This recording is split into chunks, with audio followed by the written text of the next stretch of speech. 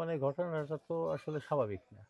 এটা ঘটনাটা স্বাভাবিক না। সে কারণ কিন্তু লুকায় এই ছিল। ফ্যামিলির একজন। সে কিন্তু এই ঘটনার সাথে ইনভলভ। ফরিদপুর পুরাতন বাস স্ট্যান্ড সংলগ্ন চৌধুরী বাড়িতে, এবং এখানে আমরা এসেছি পলাশ সাহা পুলিশ কর্মকর্তা, যে ঘটনা ঘটেছে সে ব্যাপারে তার শ্বশুর বাড়িতে, ভরত সাহা তার প্রতিবেশী। আপনার নামটা যদি একটু আমার নাম বলেন। মহিবুল্লাহ। মহিবুল্লাহ। আচ্ছা, মহিবুল্লাহ ভাই, ভরত শাহ সম্পর্কে আপনি কি জানেন, বা আপনার প্রতিবেশী সম্পর্কে কি জানেন? ভরসা আগে ব্যবসা করতো চকবাজারে আগে। তারপরে চকবাজারে ব্যবসা করার কি অবস্থায় ব্যবসা? এটা ভুসিমালের ব্যবসা করতো। আচ্ছা। ভুসিমালের ব্যবসা করতো। পরে এদেরই ছিল। ওর ভাইরাও ব্যবসা করে, এখনো ব্যবসা করে। তো ওর অর্থনৈতিক অবস্থা যখন মানে হয়তো ভালো ছিল না, যে কারণে ও ওখানে বাদ দিয়ে ওই বাস স্ট্যান্ডে আইসা ওই মিনি বাস মালিক সমিতির আন্ডারে ও একটা কেরানির চাকরি করতো। ওই ডিপার্চার্স ডিসপাস করতো, এই হলো একটা ডিউটি ছিল। আর তো এটা অনেকদিন সে করছে। আচ্ছা। হ্যাঁ, এই বাজারে এই মাঝে আর কোনো ব্যবসা বাণিজ্যের কোনো লাইনে সে যায়নি। এখানেই থাকতো, এখানেই তো ওর ভিতরে আর কি এই ইভেন্টটাই ওর মেয়ের মানে বিয়ে শাদী হয়। হ্যাঁ, ওই অবস্থায় ও যখন ওই ইসে ছিল কেরানি অবস্থায় ওই চাকরি করতো, ওই সময় আলো বিয়ে ওই শাদীটা ফুটপাতে হয়। বসে হ্যাঁ হ্যাঁ হ্যাঁ বাসের ওই যে কাগজপত্র। ফুটপাতে টেবিল পাইতে বসে ওই যে আপনার মোটর গাড়ি ডিপার্টমেন্ট ডিসপাস করে আর কি, ওই যে এই দেয় আর কি। তার মানে ভরত শাহ তো গরিব হ্যাঁ, ওর ছিলেন। অবস্থা খুব একটা ভালো না। তো যাই হোক, ওইভাবে চাকরি বাকরি করতে করতে মেয়ের বিয়ে টিয়ে দিয়ে হয়ে গেছে। তারপরে আর কি একদিন দেখলাম যে হঠাৎ করে ওরে বাজারে একটা দোকানে চালের ব্যবসা করতেছে। আচ্ছা। চাউলের ব্যবসা করতে এই হাজী শরীয়তুল্লাহ বাজারে হুম হুম। সেরকম একটা কর্নারে একটা ঘর নিয়ে ব্যবসা করে। তো আমি একদিন জিজ্ঞেস করলাম, কিরে চাকরি বাকরি ছেড়ে দিয়ে এখন ব্যবসা বাণিজ্য ধরতেছস, তাহলে বলে টাকা পয়সা মনে হয় অ্যারেঞ্জ হয়েছে। কয় কি না এমনি আসি, টাকা পয়সা তো নাই আমার নামে, আমার না, আমি একজন পার্টনার নিয়ে ব্যবসা করতেছি। আচ্ছা। আমি কি যে পার্টনার নিয়ে ব্যবসা করছো, ছোট্ট একটা ঘর, কয়েক বছর চালিয়েছো, এই যে আবার পার্টনার লাগে নাকি, তোকে টাকা পয়সা কম আছে? কয় কি না রে ভাই, টাকা পয়সা নাই। এইভাবে আর কি এই একদিন দুদিন এই দেখলাম আর কি। তারপরে দেখলাম যে ও ব্যবসা গোটাই ফেলা গেছে, আর ব্যবসা ব্যবসা নাই, শেষ। আচ্ছা। শেষ। তো পরে শেষে ওর দীর্ঘদিন ওর সাথে দেখা টাকা না, আর আমরা তো ওর সাথে তো আমাকে খুব একটা সম্পর্ক না। এই রাস্তাঘাটে দেখা হলে কেমন আছো, ভালো আছো, বাস এই পর্যন্তই। ওর বিস্তারিত আমি খবর নেই না, আমার বিস্তারিত সে খবর নেয় না। কেমন আছো, কেমনে চলতেছো, কি ভালো কেমন, এটা এই সাবজেক্টে কোনো কথাই বলে না ওর সাথে। ওর সাথে আমরাও বলি না, ওই জন্য ও বলে না। কখন জানতে পারছিলেন যে তার মেয়ের বিয়ে হয়েছে একটা পুলিশ কর্মকর্তার সঙ্গে? ওই অবস্থায়, ওই যখন চাকরি করতেছিল ওই ওই অবস্থায় মানে কেরানি আমরা পোস্টে জানছি, যখন কেরানি চাকরি করতে করে। চাকরি করতো। হ্যাঁ, অনেকেই করে, আমার এক বন্ধু চাকরি করে, যাই হোক। তো ওই ওই চাকরি অবস্থায় ওর মেয়ের বিয়ে হয়। আচ্ছা। তখন ওর অবস্থা খুব দৈন্যদশা আর কি, যা বুঝি আর কি। বাস স্ট্যান্ডে তো একটা লাস্ট স্টেজ। আমরা বাস স্ট্যান্ডে যারা আশপাশে যারা আছে, বাস স্ট্যান্ড মানে বাস স্ট্যান্ডটা তো আসলে স্ট্যান্ডটা তো ভালো জায়গা না।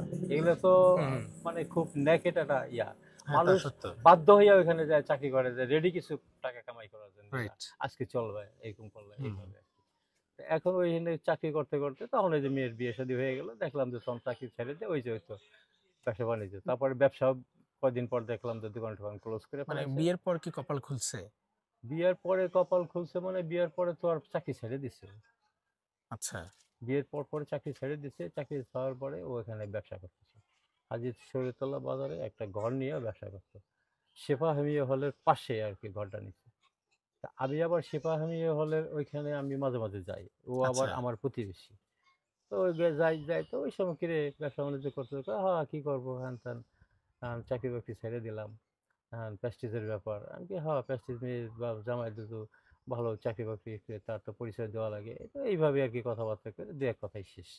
মানে এখন সে কিছুই করে না, তাই না? এখন সে কিছুই করে না। এখন ওর দোকানও নাই, চাকরিও নাই, মানে চাকরিও করে না, দোকানও করে না। দিব্যি চলতেছে আর কি, সমস্যা নাই তো। চলে কিভাবে?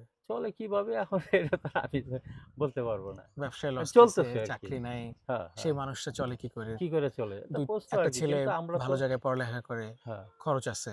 খরচ আছে। তা এখন আমরা তো তার মানে কি আসলে মেয়ের জামাই পলাশ সেইভাবে সাহা?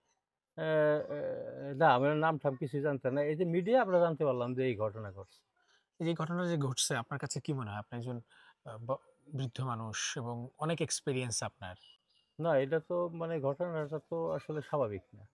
এটা ঘটনা তো স্বাভাবিক না, কারণ অপ্রত্যাশিত কেবল বিয়ে শাদী করছে, ফট করে সে আত্মহত্যা করবে। আর সে একটা সরকারি চাকরি বাকরি করে, বেকার না, অভাবগ্রস্ত না, মানুষের বিভিন্ন কারণ থাকে। তো এটা আত্মহত্যার প্রবণতাটা কখন যখন যে একেবারে দেওয়াল পিঠ ঠিকে যায়, আমি আর বাঁচতেছি না, এই একটা ওয়ে। আর হলো প্রেম প্রীতি ভালোবাসা, তার তো আর ওই সাবজেক্ট নাই, সে যেহেতু না। বিয়ে শাদী করছে তার তো ওই সাবজেক্টই নাই।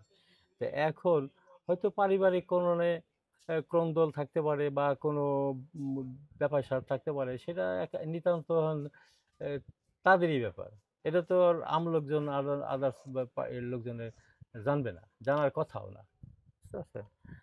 এখন আপনারা আছেন, তারপরে পুলিশ প্রশাসনে আছে, সে একজন কর্মকর্তা ছিল, বাংলাদেশে একজন গর্ব এবং ভালো চাকরি বাকরি করছে, এবং সে তার ডিপার্টমেন্ট আছে, প্রশাসন আছে, তারা তদন্ত করে দেখুক যে আসলে অরিজিনাল যে ঘটনাটা কি। মূল ঘটনা আমরা আসলে যারা কি? মূল রহস্যটা কি, আমরা যারা মানে মাধ্যমে শুনি, খবর দেখি, পত্রিকা পত্রিকা, এটা তো আসলে ফ্যাক্ট না। এটা তো একটা ঘটনা যখন ঘটে তখন অনেক রকম খোলা ঘটনা। হয় জি। যে এই হচ্ছে, কিন্তু এই মূল ঘটনাটা তো তখনই যখন তদন্ত যখন বেরাবে যে অরিজিনাল ঘটনাটা কি। এই তদন্ত করার পরে হলো এই মানে মূল যে ঘটনাটা বেরাবে। তাছাড়া তো এইভাবে সে বলবে আপনারা যে যে তার বাড়িতে গেছে, তার সাথে কথা বলার জন্য সে এড়াই গেছে, যে কথা বলতেছে না, বেরিতেছে না, সামনে আসতেছে না, এই কারণটা কি? এটাও তো ঠিক না। তার কারণ হলো কি, আমি তখনই এড়াবো, আমি যখনই লুকাবো, আমি যখন চুরি করবো তখন সে না পুলিশ দেখে আমি লুকাবো। যে আমি তো অপরাধী না, তাহলে আমি লুকাবো কেন? নিজেরা আমি আত্মগোপন করার কারণটা কি? আমার তো কোনো দুর্বলতা নাই। রাইট। তাই সেহেতু আপনাদের সাথে তো সে ভালোভাবে, আপনার মিডিয়া মানুষ, আপনার শিক্ষিত, আপনারা শ্রম বরং দিতেছেন, আমাদেরকে সহযোগিতা করার সহযোগিতা কথা। করাটাই উচিত তার। সেটা না কারণ তো করে সে কিন্তু লুকায় এই ছিল। ফ্যামিলির একজন, সে কিন্তু এই ঘটনার সাথে ইনভলভ কোন অর্থে, যে তার মেয়ে, তারও তো কিছু জানার থাকতে পারে। যেহেতু ও পরিবারের একজন, সে গেছে আইছে, খাওয়া দাওয়া করছে, ঠিক করছে, বেড়াইছে, তাই না? এটা করছে না? আমার মেয়ে অবশ্যই। হলে তো, আমার মেয়ের কোনো কিছু হলে আমিও তো যাইতাম, আমিও তো খুঁজতো, আমার জিজ্ঞাসাবাদ করতো, ভাই আপনি এরকম এরকম হয়েছে এই ঘটনা। এটা তো স্বাভাবিক, কারণ এটা তো আসলে কি কব আর, ওর তো নিজেও, আমি তো ওই যে আপনার আসার সময় আমি দেখলাম, আমি বললাম যে লুকানোর তো কিছু নাই, সে তো লুকাবে। আমি তো চেষ্টা করলাম ওরে জি। বাইর করার জন্য, ওই যে ওই ছেলেরে দিয়ে, আমি তোর সাথে কথা বলি না, এই ছেলেরে দিয়া। এখন এই মুহূর্তে আমি যদি গুতায় মুতায় ওর এই করতে, এই বাইরে হ্যান ত্যান কি, এটা তো একটা অসৌজন্য। এবং ওদের আচরণটা কিন্তু রহস্যজনক হ্যাঁ, হ্যাঁ, হ্যাঁ। এবং সহযোগিতা করলো না। না, সহযোগিতাটা না করাটাই তো আসলে এটা খারাপ। যে যত বড় ধরনের বাংলাদেশে অনেক বড় বড় অপরাধ, অনেক ইতি হয়, কিন্তু তাই বলে যে ভিকটিমের ইয়াটা যে সহযোগিতা করে না, এই হিস্টোরিটা এই প্রথম দেখলাম যে আমি মিডিয়ার সাথে কোনো সহযোগিতা করলাম না। এটা জি। তো আসলেই। অনেক ধন্যবাদ আচ্ছা আপনাকে। ভাই, আল্লাহ হাফেজ, ভালো থাকেন।